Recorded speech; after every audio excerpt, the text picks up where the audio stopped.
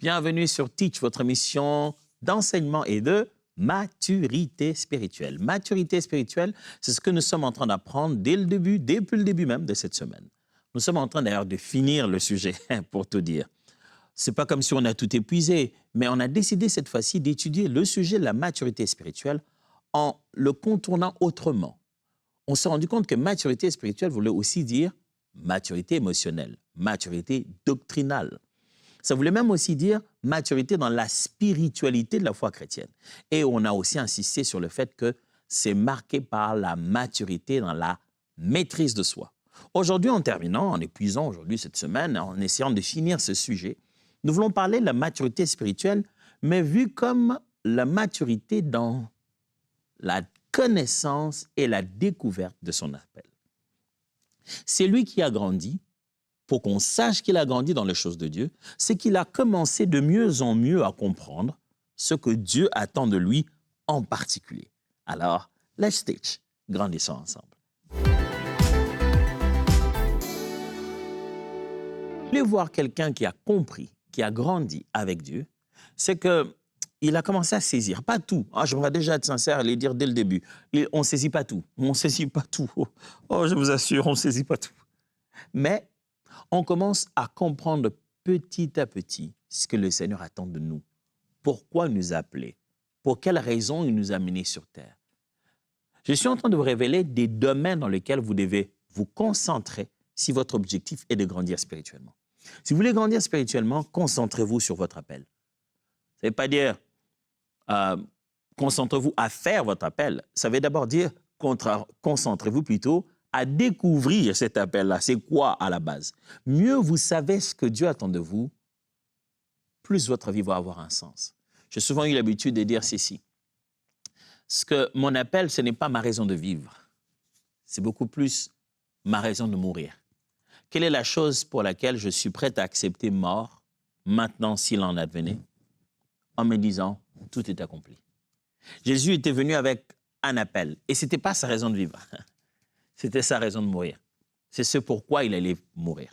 Quelle est cette chose pour laquelle tu es prêt à dire, si je le fais, je meurs, ça va. Si on veut me donner la mort, comme pour me contredire de tenter de le faire, eh bien, je me battrai avec la mort s'il le faut. Qu'est-ce que vous faites sur la terre? Qu'est-ce que vous faites là? Vous servez à quoi? Êtes-vous juste le mari de quelqu'un ou la femme de quelqu'un, l'enfant de quelqu'un? Non, je pense que c'est plus que ça. Dieu vous a fait venir sur la terre. Il a un but. Pourquoi d'ailleurs avez-vous connu le Seigneur? Pourquoi d'ailleurs, pendant que vous ne fréquentez pas des églises, vous êtes tombé sur cette émission et vous vous sentez interpellé comme si Dieu vous parlait à vous particulièrement? Ça veut dire qu'il y a un but. Ça veut dire que Dieu cherche à communiquer quelque chose de clair. Il ne vous a pas amené sur la terre pour juste remplir l'espace inutilement. Vous comptez aux yeux de Dieu. Vous avez un but. Dieu veut faire quelque chose avec vous. Il vous a appelé avec raison. Et mieux vous comprenez pourquoi il vous appelez, plus mûr vous devenez spirituellement. Je vois beaucoup de personnes qui, certes, passent du temps dans la prière. Ils sont là, je vais grandir spirituellement. Ils en font 21 jours de prière, alléluia. Ils ont fait des temps de jeûne, des sacrifices énormes qui touchent même jusqu'à leur corps. Mais c'est comme s'ils ont oublié à la base que Jésus a jeûné pendant 40 jours et 40 nuits avec un but. En sortant de là, il va tout droit dans le désert, tout droit dans la synagogue et il dit « L'Esprit du Seigneur est sur moi ». Cette parole que vous venez de lire s'accomplit aujourd'hui. Il connaissait son appel. Il savait pourquoi il jeûnait. Frères et sœurs, un signe fort que vous avez grandi spirituellement, ce que vous commencez à comprendre pourquoi Dieu vous a appelé. Qu'est-ce que vous êtes censé faire? Vous commencez à comprendre ce qui est vraiment votre appel et surtout, ce qui ne l'est pas. Tiens, je vous propose 5 choses justement pour ça. Premièrement, l'appel est une volonté divine préparée d'avance. Ce que j'entends ici par l'appel de Dieu, c'est ce que Dieu voulait de toi bien avant même que toi tu puisses naître. C'est ce qu'on appelle une volonté divine préparée d'avance. C'est-à-dire que Dieu lui-même a préparé ce qu'il veut pour toi, ce qu'il veut de toi, ce qu'il veut que tu accomplisses. Et il, lui, le connaissait bien avant que tu puisses naître, bien avant que tu ne connaisses le Seigneur. Et au moment où il te dit, voici, va faire ceci, ou voici, quand je dis, il te dit, ça ne veut pas dire que tu as nécessairement entendu avec les oreilles, mais il attire ton cœur, remplit ton âme d'un fardeau, te dirige, te montre que tu as des compétences entre tes mains pour accomplir un but. Quand toi, tu les découvres, ça ne vient pas de naître. Ça a toujours été là. Dieu l'a conçu, l'a préparé d'avance. Jérémie 1,5. Avant que je ne t'eusse formé dans le ventre de ta mère, je te connaissais. Et avant que tu fusses sorti de son sein, je t'avais consacré, je t'avais établi prophète des nations. Ok, je suis super. Ces versets me font toujours mal à la tête. On va relire ensemble? Regardez. Avant que je ne t'eusse formé dans les ventres de ta mère. Ok. Avant que je ne t'eusse formé dans les ventres de ta mère, c'est-à-dire avant que l'embryon ne se fasse, je te connaissais. Donc, tu n'es pas l'embryon. Jérémie, tu n'es pas ce corps humain qui va sortir de cette dame. Jérémie, tu es quelqu'un d'autre qui, après, a été tissé dans le ventre de cette femme, qui, après, est sorti humainement. Vous voyez? Nous ne sommes pas seulement ce que nos pères et nos mères disent, ou nos nationalités, ou nos couleurs de peau disent. Nous sommes un plan connu de Dieu. Avant même d'être formés, tissés dans le sein de nos mères, Dieu nous connaissait. Et la Bible dit, je t'avais établi. Waouh! Waouh! Établi.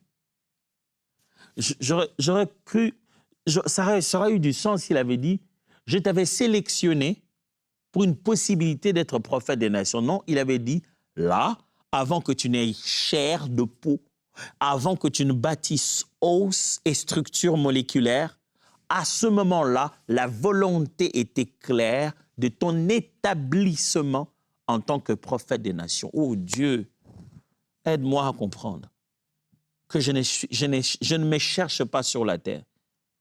Il y a un plan pour moi. Éphésiens chapitre 2, verset 10.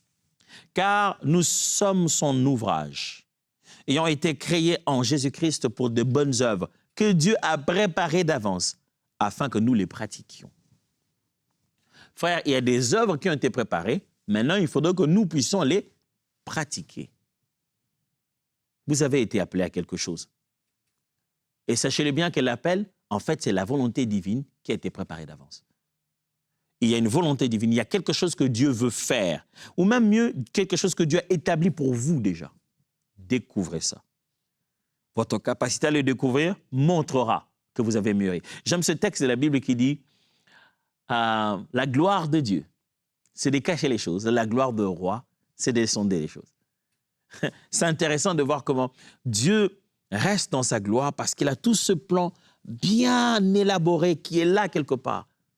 Et tout l'honneur qu'on donne aux rois et aux dirigeants, on dit, c'est leur capacité à pouvoir discerner ce qui était dans le plan.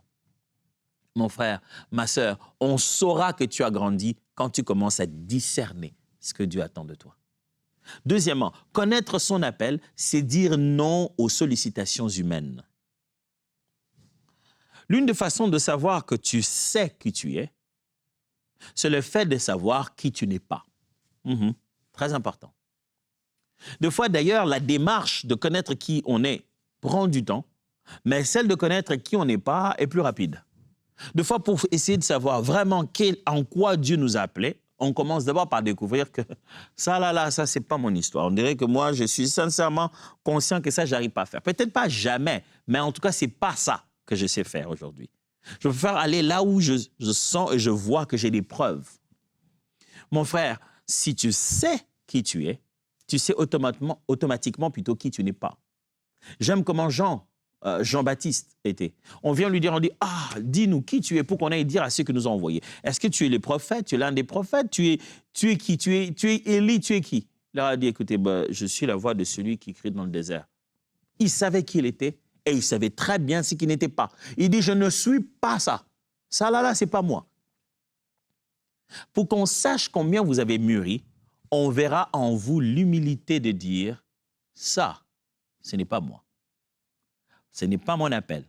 Connaître son appel, c'est dire non aux sollicitations humaines. C'est que les gens te proposent d'être ce que tu n'étais pas et tu dis non. Luc chapitre 4, versets 42 à 43.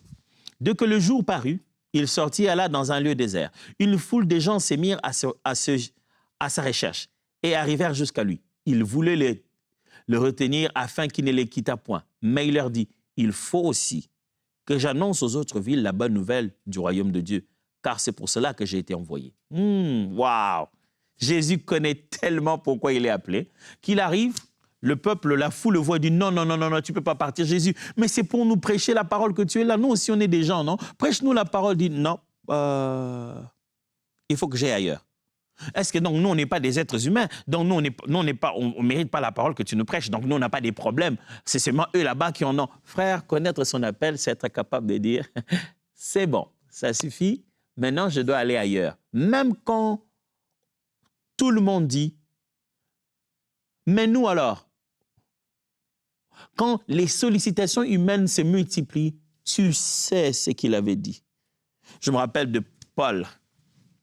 Paul arrive, Agabus arrive. Il vient, il donne une prophétie très, très authentique. Il dit, c'est lui à qui appartient cette ceinture. Voilà comment on va le lier quand il va être à Jérusalem. Oh, tout le monde dit, Pierre, Paul, ne pars pas. On va te lier. Paul dit, allez, allez, allez.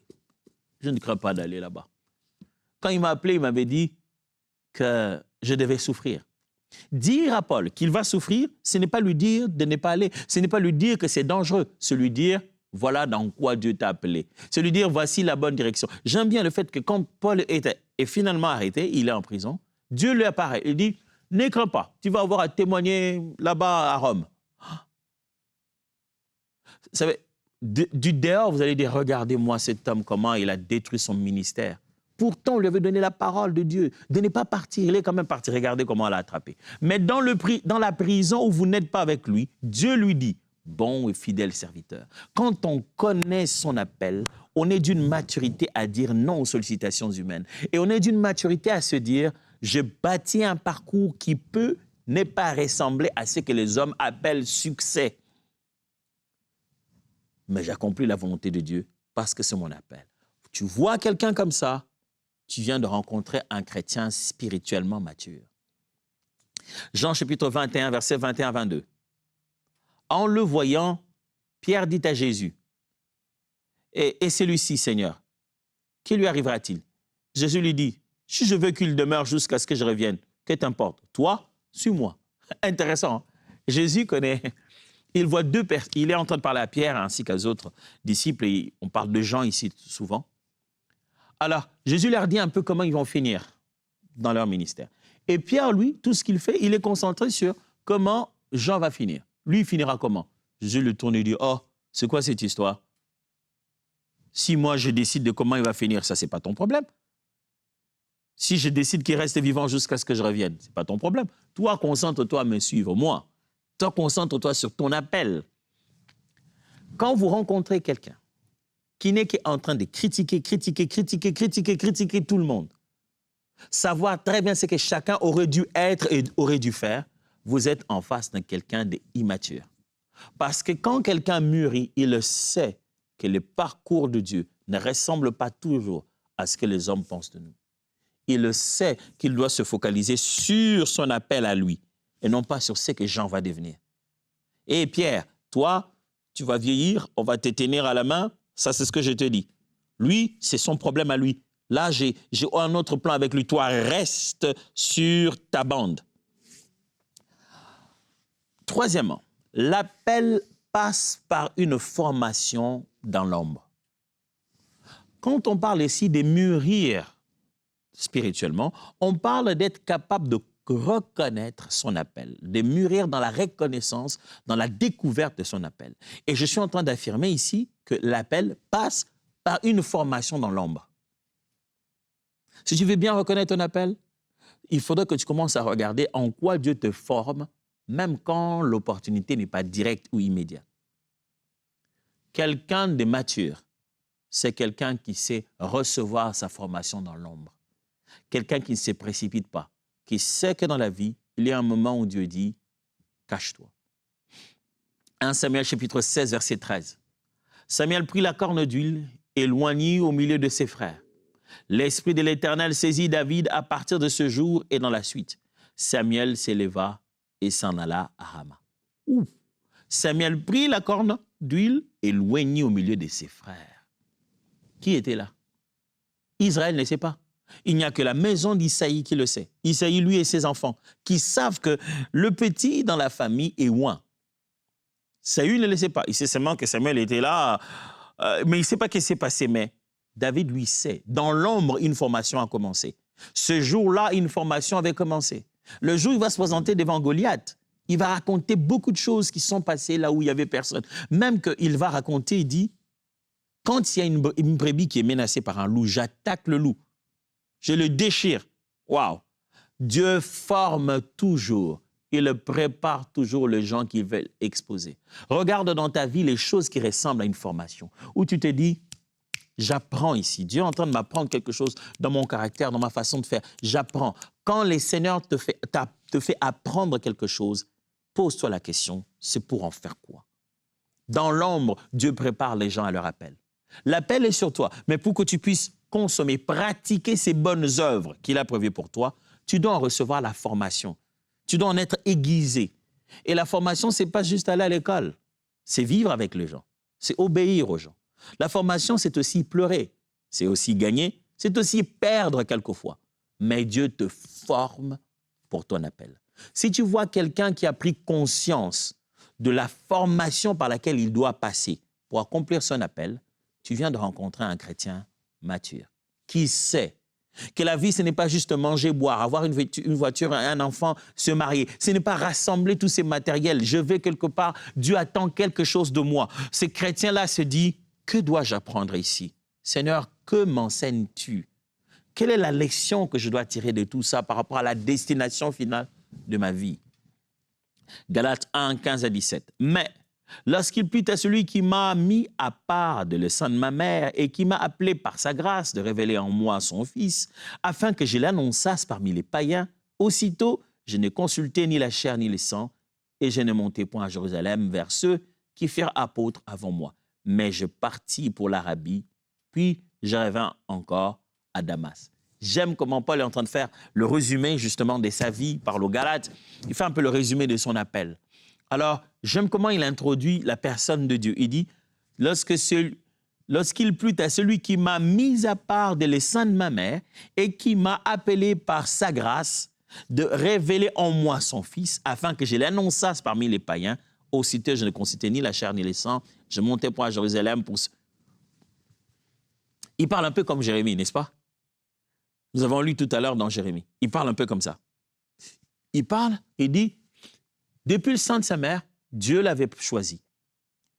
Et quand il a plu à Dieu de pouvoir maintenant l'utiliser et de révéler Jésus-Christ à lui, à partir de ce moment, il ne voulait plus plaire à l'homme. Il voulait juste plaire à Dieu. Son but n'était pas d'aller chercher les hommes pour prendre un peu de gloire à travers le fait de le côtoyer. Il va montrer plus tard qu'il a d'abord répondu à son appel et il a vu les apôtres que plus tard. Ce qu'on appelle des piliers, il a dû les voir un peu plus tard. Il a commencé d'abord par répondre à l'appel que Dieu lui a donné. Frère, l'appel, c'est plus important que toi, c'est plus grand que toi. Dieu t'a appelé, oui, mais ce qu'il te demande de faire, c'est plus grand que toi. Prends conscience qu'il te fera passer par de la formation. Paul va continuer dans ce texte à expliquer comment il va prendre autant de temps avant d'être réellement reconnu, d'aller voir les apôtres, avant de réellement, je veux dire, entrer dans le ministère proprement dit. Au début, il répond d'abord, Dieu m'a appelé, il faut que je puisse annoncer son Fils, mais après, il va se passer des nombres, près de 14 ans encore, il est en formation, en train d'apprendre. Dieu va te former. Et ce n'est pas une école théologique d'abord, ce n'est pas ça le plus important.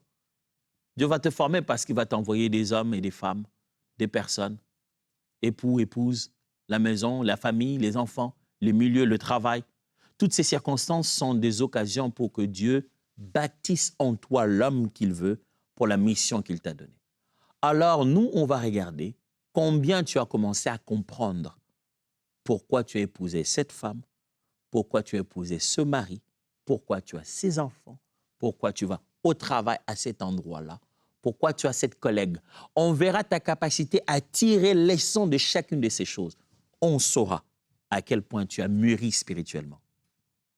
La maturité spirituelle, mes amis, se manifeste aussi par notre maturité à reconnaître notre appel. Notre appel se fait au travers d'une formation. Quatrièmement, l'appel doit être entretenu et ravivé. Quand on commence à saisir petit à petit en quoi Dieu nous appelle, il faut apprendre à entretenir cette flamme-là. Et quelquefois, on la sent mourir. Il faut raviver et se dire, Dieu m'a appelé, je ne peux pas rester là. Celui qui sait entretenir l'appel qu'il a, malgré les voies par lesquelles il passe, et qui sait la raviver quand tout se fatigue, ça, c'est quelqu'un qui a mûri spirituellement. 2 Timothée, chapitre 1, verset 6. C'est pourquoi je t'exhorte à ranimer le don de Dieu que tu as reçu par l'imposition de mes mains. Paul, pourquoi tu l'exhortes comme ça? Oui, parce que je sais que sur le parcours, quelquefois, le don qu'on a reçu, on a tendance à le laisser se mourir en nous. Timothée, mon fils de qui je veux la maturité, apprends à ranimer le don que tu as reçu. Tu vois quelqu'un qui s'est épuisé et qui par lui-même prend la décision de dire, il faut que j'aille en retraite. Je sens qu'il faut que j'aille en retraite. Il faut que je passe un moment avec Dieu. Je sens qu'il faut que... Ça, c'est les signes de maturité. Pourquoi tu fais tout ça? Parce que je vais raviver, je vais ranimer ce que j'ai reçu. 1 Timothée cette fois-ci, chapitre 4, versets 14 à 15.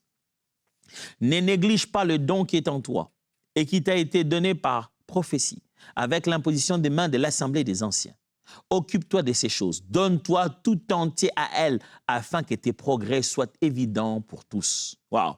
Voilà un père dans la foi qui encourage son fils. Il dit, néglige pas ce que tu as reçu. Travaille, bosse durement. Occupe-toi de ces choses ici, les choses qui concernent l'Église, prendre soin des brebis du Seigneur, quelle que soit leur catégorie. Montre-toi que les preuves, tes progrès soient évidents, qu'on sente que tu avances. Mes amis, l'appel doit être entretenu et il doit être ravivé quand on commence à sentir que ça se perd. Entretenu, ça veut dire, tu sais dans quoi Dieu t'appelle. Tu as commencé à comprendre dans quoi Dieu t'appelle. Ce n'est pas lui qui va t'amener un livre. Ce n'est pas lui qui va t'inscrire dans une école. Ce n'est pas lui qui va t'envoyer dans une conférence. Tu reconnais que c'est là que se trouvent les capacités que j'ai. Je vais aller là-bas pour apprendre. L'un des moments les plus forts de ma vie, c'est chaque fois quand je rencontre quelqu'un que moi je m'appelais un Élisabeth. Quelqu'un qui a aussi un enfant, le même enfant que j'ai, qui a la même chose, le même don, je vais dire le même fardeau, la même flamme à l'intérieur.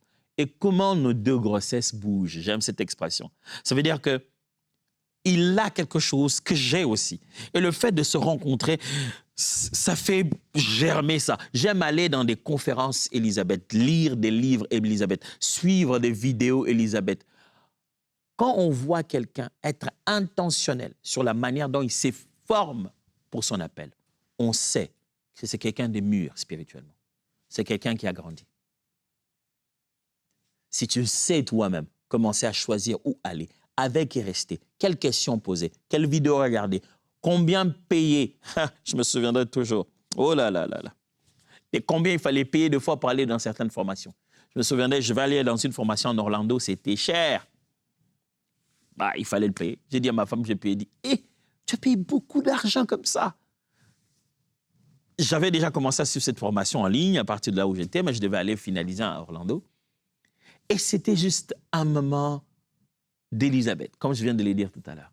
Je rencontrais des gens qui avaient le même fardeau que moi. Je me suis rendu compte que ce n'est pas un monde merveilleux que je rêve. Ce que Dieu a placé en moi comme rêve existe. C'est faisable, c'est possible. Et même que ce qu'il m'a demandé à moi de faire en particulier était très authentique. Je ne rêvais pas, je ne suis pas fou. Frère, de fois, on a envie de rencontrer quelqu'un, d'aller à des endroits qui nous fassent dire « Eh bien, je n'étais pas fou ». C'est vrai, ça. Et c'est à vous d'entretenir ça. C'est à vous de raviver ça. C'est à vous de vous rendre dans des... Vous croyez que vous avez un don de guérison, alors vous savez qu'il y a un frère, une sœur qui manifeste puissamment ce don, qui est une grande bénédiction pour le corps de Christ. Allez, payez les billets, allez jusque là-bas s'il le faut. Restez dans cette réunion et pleurez-y, comme moi je l'ai fait. Je faisais que pleurer. Je ne faisais que pleurer, j'étais assis. Je ne faisais que pleurer. On dirait qu'on m'avait mis intentionnellement dans ce coin-là. Je voyais tout. J'ai vu ces gens venir avec tellement de douleur et souffrir. Je les ai vus. On n'a pas truqué. J'ai vu en l'entrant. J'ai tout vu. Et j'ai vu comment ils étaient instantanément guéris par la puissance du Saint-Esprit. Et mes larmes étaient là en train de jaillir. C'est Dieu, Seigneur, Le monde souffre tellement, il a besoin de cette puissance de la guérison. Va raviver l'appel que tu as. C'est ce qui montre que tu es mature. Entretiens cela. Eh bien, la dernière des choses, le but de l'appel, c'est la gloire de Christ. Ça, je devais quand même le dire en terminant. Quand Dieu t'appelle, ce n'est pas pour que tu deviennes une star. Quand Dieu t'appelle, c'est pour que Jésus-Christ soit glorifié. C'est lui donc qui commence à tourner sa pensée vers la gloire de Jésus dans son appel. Voilà quelqu'un de spirituellement mature. 2 Thessaloniciens 1, 11, 12. 2 Thessaloniciens 1, 11, 12. C'est pourquoi aussi nous prions continuellement pour vous, afin que notre Dieu vous juge digne de la vocation et qu'il accomplisse par sa puissance tous les desseins bienveillants de sa bonté et l'œuvre de votre foi pour que le nom de notre Seigneur Jésus-Christ, de notre Seigneur Jésus soit glorifié en vous et que vous soyez glorifiés en lui selon la grâce de notre Dieu et du Seigneur Jésus-Christ. J'aime bien ça. Et que le nom de notre Seigneur Jésus-Christ soit glorifié en vous. Frère, le but pour lequel Dieu nous a appelés, c'est pour glorifier son Fils. Philippiens chapitre 3, versets 13 à 14. Frère, je ne pense pas l'avoir saisi, mais j'ai fait une chose. Oubliant ce qui est en arrière et me portant vers ce qui est en avant, je cours vers le but pour remporter le prix de la vocation céleste de Dieu en Jésus-Christ. Waouh! J'aime Paul. Il dit, je cours. Mon but, c'est la gloire de Jésus. Il y a une vocation céleste. Je cours pour ça. Mon frère, pour reconnaître, ma sœur, quelqu'un qui est spirituellement mature, il faut reconnaître qu'il a mûri dans la compréhension de son appel. Et parmi toutes ces choses, vous serez en face de quelqu'un qui a compris que son appel, ce n'est pas pour se faire de l'argent, ni se faire un nom, mais c'est pour la gloire de Dieu. C'est pour la gloire de Dieu que je donne cet enseignement, fait que chacun de nous prenne conscience de ce pourquoi le Seigneur l'a appelé et soit un chrétien mature. Pourquoi? Parce que la maturité des chrétiens nous intéresse à EMCI. À EMCI, nous pensons que nous pouvons amener la parole de Dieu dans toutes les familles, chaque famille dans la francophonie, dans le monde alors, en Amérique, en Europe, en Afrique, partout où on peut nous entendre dans cette langue, nous pouvons amener Christ dans chaque famille. Chaque télé, chaque device peut se mettre à regarder l'Évangile, enseigner, prêcher, exhortant le peuple et gagnant des âmes. C'est la mission de EMCI TV.